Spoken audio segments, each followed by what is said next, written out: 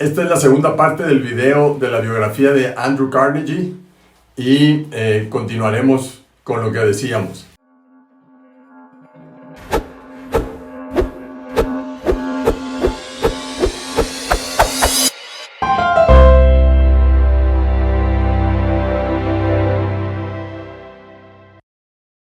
Bueno, ayer decíamos que Andrew Carnegie empezó como un mensaje, ya que llegó a Estados Unidos de Escocia, su primer trabajo fue un mensajerito, decíamos. Es decir, había que los telégrafos normalmente se encontraban en las estaciones de los trenes, ¿ok? Y de ahí llegaba el mensaje del telégrafo a la estación del tren, ahí en el mostrador de telégrafos, y había estos niños que iban a entregar esos mensajes a las casas. Entonces era lo que hacía Andrew Carnegie cuando recién empezó a trabajar, y ya veíamos que su jefe eventualmente le aumenta el sueldo, ¿no?, sobre el sueldo que ganaban los otros niños, porque su trabajo era mejor. Y cuando va a su casa y les platica eso a sus padres, pues es un momento de mucha felicidad por el aprecio y la respuesta que sus papás le dan a este esfuerzo que está haciendo él, ¿no? Entonces, de ahí, uno de los altos ejecutivos del ferrocarril lo veía ir, venir, y dice: ¿quién es ese niño? Y entonces le dice: no, pues se llama Andy Carnegie. Entonces lo manda a llamar y le pregunta, pues, qué hace y por qué lo hace y todo lo demás. Y entonces le cae muy bien, se caen mutuamente muy bien. Y entonces este señor como que lo adopta dentro de la empresa y siempre lo quiere tener cerca. Y entonces eventualmente llega a convertirse en su asistente. Esta persona, este muchacho, bueno, se desdoblaba, ¿no? Por hacer lo que su jefe le decía. Y en una ocasión hubo una tormenta, y esto es muy interesante, hubo una tormenta de nieve muy muy fuerte, y entonces se requería a muchas personas para que fueran a reparar los cables, que se subieran al poste y que pudieran reparar el cable que se había caído con la nieve y todo lo demás. Pero dicen que Carnegie era muy delgadito y muy chaparrito y flaco, o sea, no tenía mucha fuerza. Y entonces él no pudo hacer eso. Entonces se quedó en la oficina, él nada más viendo, o sea, mandando mensajes, porque también ya él empezó a utilizar el telégrafo, ya se capacitó y todo. Después de mensajero pasó un día faltó uno de los ¿cómo se llama?, de los que operaban eso, y entonces él entró, pues ya había aprendido y pues se quedó con el puesto, ¿no? Pero bueno, ¿qué quiere decir esto? Dicen que si él si hubiera estado más fuerte y hubiera podido subirse a ese poste, probablemente su carrera se hubiera ido por el lado de la construcción. Pero como no, se quedó en la oficina y quedó más cerca de este señor. Entonces se viene la guerra civil de Estados Unidos en 1861. El ferrocarril pues era una parte muy importante. El jefe de Andrew Carnegie tenía un muy buen conocido que Lincoln lo nombra, ¿cómo se llama? Lo nombra secretario, creo que de guerra inclusive, y entonces llama a su amigo que estaba en el ferrocarril, lo llama para que le apoye en las actividades logísticas de la guerra y todo lo demás. Y entonces, cuando se va a ir, el jefe de Carnegie lo pone a Carnegie en su puesto. Y entonces le da el puesto a Carnegie, y ahí ya Carnegie todavía entonces empieza a tener un avance tremendo, ¿no? Y entonces ya para entonces, pues Carnegie pues ya había invertido en acciones, el jefe ya lo había metido en este ambiente. Carnegie ya había invertido en tierras, había invertido en petróleo, porque pues él ganaba dinero y le sobraba, y entonces todo lo que ganaba y le sobraba pues lo iba invirtiendo. De tal manera que cuando llega a los 27 años, y a partir de todo esto de la guerra y todo, pues fue dificilísimo, ¿no? Fue muchísimo trabajo. Y entonces él, a los 27 años, ya en la reconstrucción, ¿no?, del país, después de que termina la guerra, entonces él se da cuenta de los puentes, que había todos los puentes del ferrocarril eran de madera, y entonces dice: no, pues vamos a hacerlos de hierro, ¿no? Y entonces crea una empresa, todavía estando empleado, crea una empresa para fabricar los puentes de hierro, ¿ok? Y gana el contrato para fabricar un puente y le va muy bien. O sea, estando todavía trabajando, él crea la empresa, gana, o sea, contrata a la gente que opera la empresa, él sigue todavía trabajando en el ferrocarril y ganan el contrato, fabrican el puente, lo instalan y es un éxito, ¿no? Y entonces, en 1865, él finalmente a los 30 años dice, ¿sabes qué? Ya, hasta aquí llegué, se retira del ferrocarril y nunca más volvió a trabajar por un sueldo. O sea, él ya se independiza totalmente, ya con su empresa de puentes de hierro, y se va a Europa.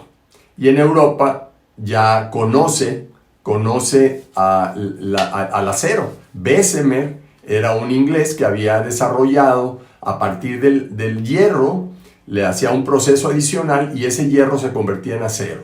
Y entonces ese proceso le gusta mucho a Carnegie, y aunque no lo implementó al regresar inmediatamente, ya desde ese momento ya estuvo muy pendiente de ese material, ¿no? Y eventualmente sí lo haría, ¿no?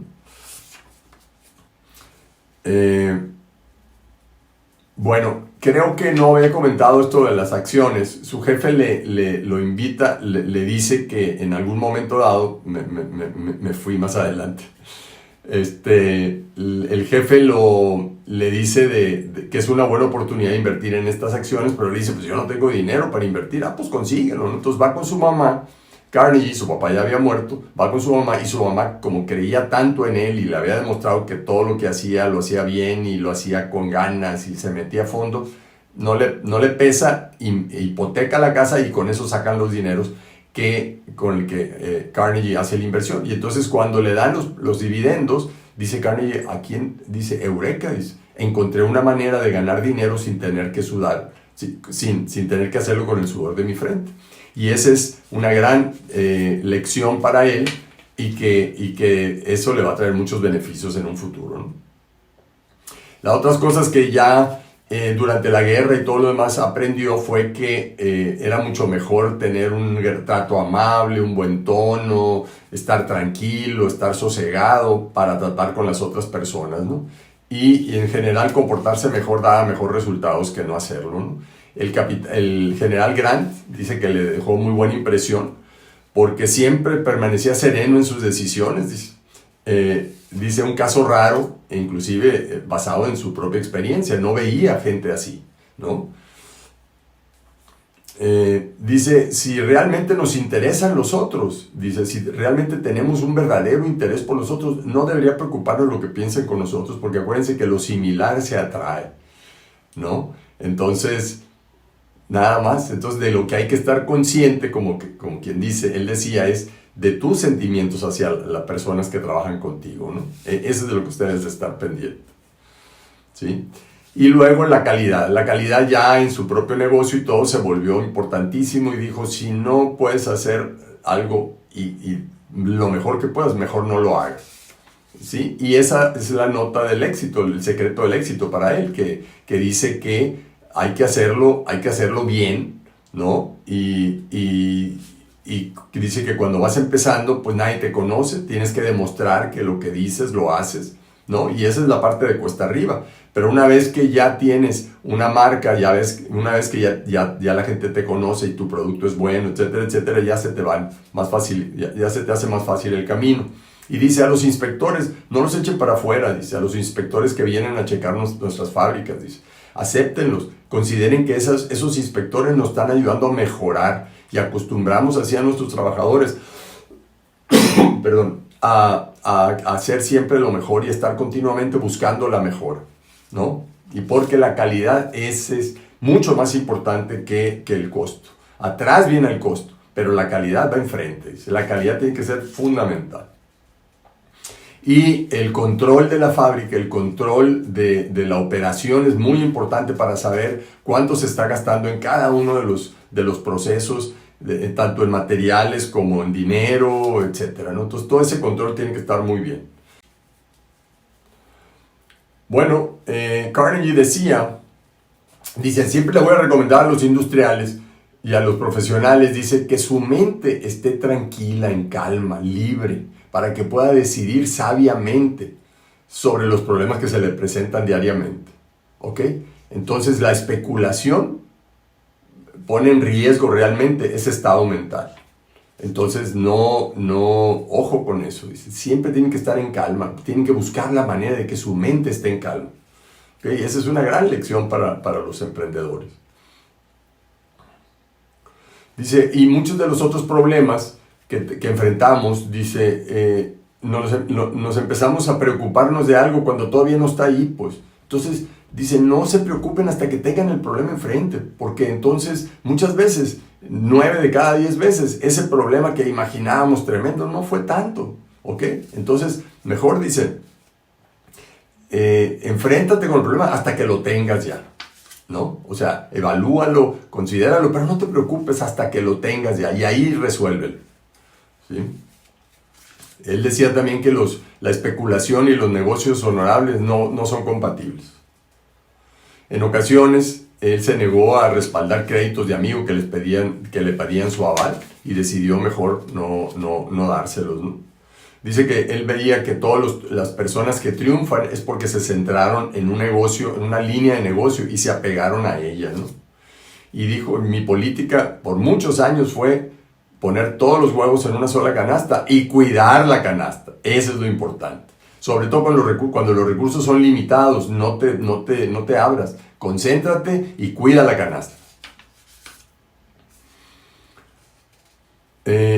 Entonces, el consejo es, concéntrense en el negocio y todo el capital disponible, inviértalo en el negocio. O sea, no lo desvíen ni a sus casas, ni a ningún otro proyecto. Déjenlo todo ese negocio, todo ese dinero en el negocio para que tengan ahí el dinero suficiente para poder hacer las inversiones y lo que el negocio mismo les va pidiendo.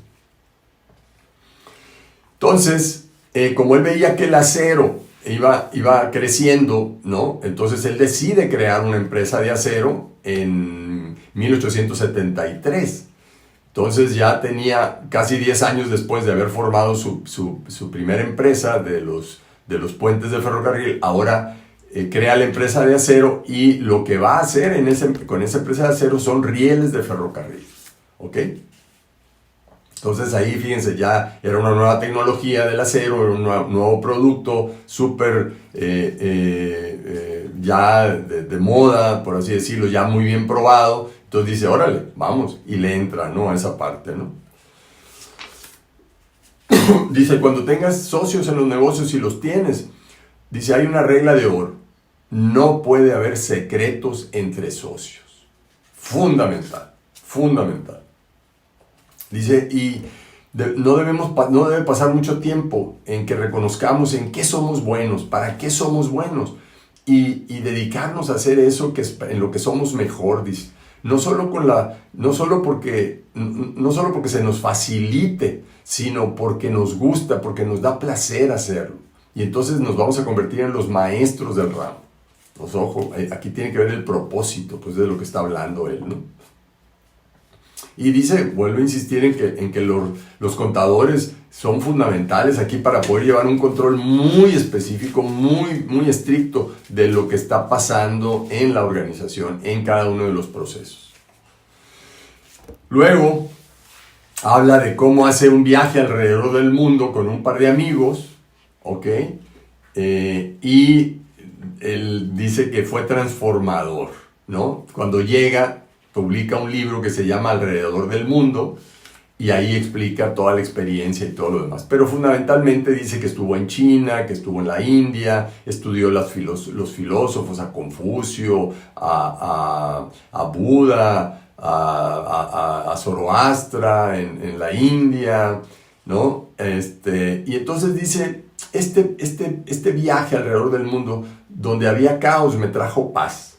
Dice, finalmente mi mente descansaba, ya tenía una filosofía. Y fíjense que lo que dice, las palabras de Cristo, el reino de los cielos está dentro de ti, adquirió un nuevo significado para mí, decía. ¿Ok? Y entonces él recomendaba, después de eso, que todo mundo, aunque tuviera que hacer un sacrificio, debería hacer un viaje alrededor del mundo, dice. porque al regresar verías que las diferentes partes del mundo embonan en un todo que hace sentido, dice él, ¿no?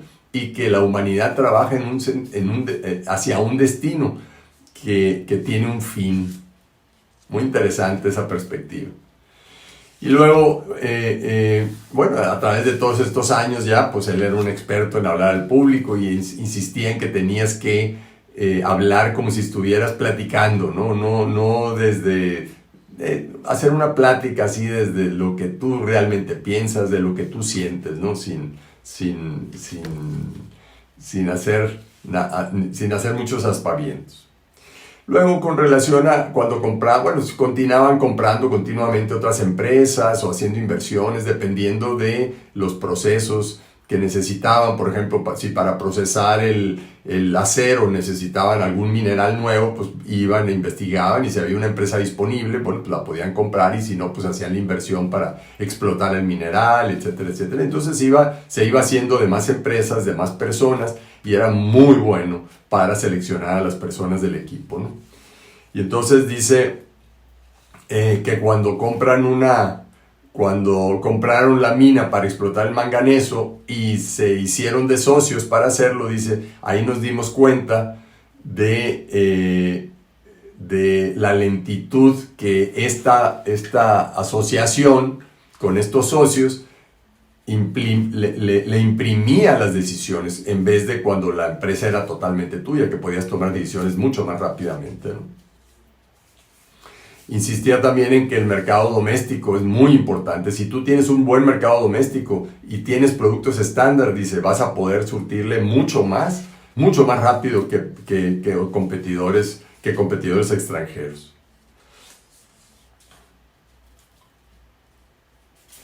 Muy bien. Bueno, pues esta va a ser la segunda sesión de la segunda parte de la biografía de Andrew Carnegie, ¿sí? Y si te ha gustado el video, bueno, pues te invito a que te suscribas al canal, a que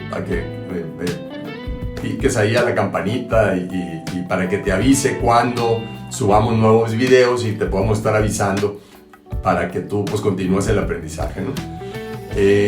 Si te interesa, si quieres saber más, bueno, pues ya una vez suscrito, si quieres saber más, bueno, pues entonces te invito a que vayas a nuestro sitio web. Ahí puedes adquirir el libro Pienso, Luego Emprendo, que es parte de una saga que comprende otros 3 libros que son Cooperación y Competencia son complementarios, y Pensar para Cambiar, que es el tercer libro, el tercer tomo de la saga, donde explicamos mucho del material del programa Pienso, Luego Emprendo, que tiene que ver con este desarrollo de una mente fuerte y positiva.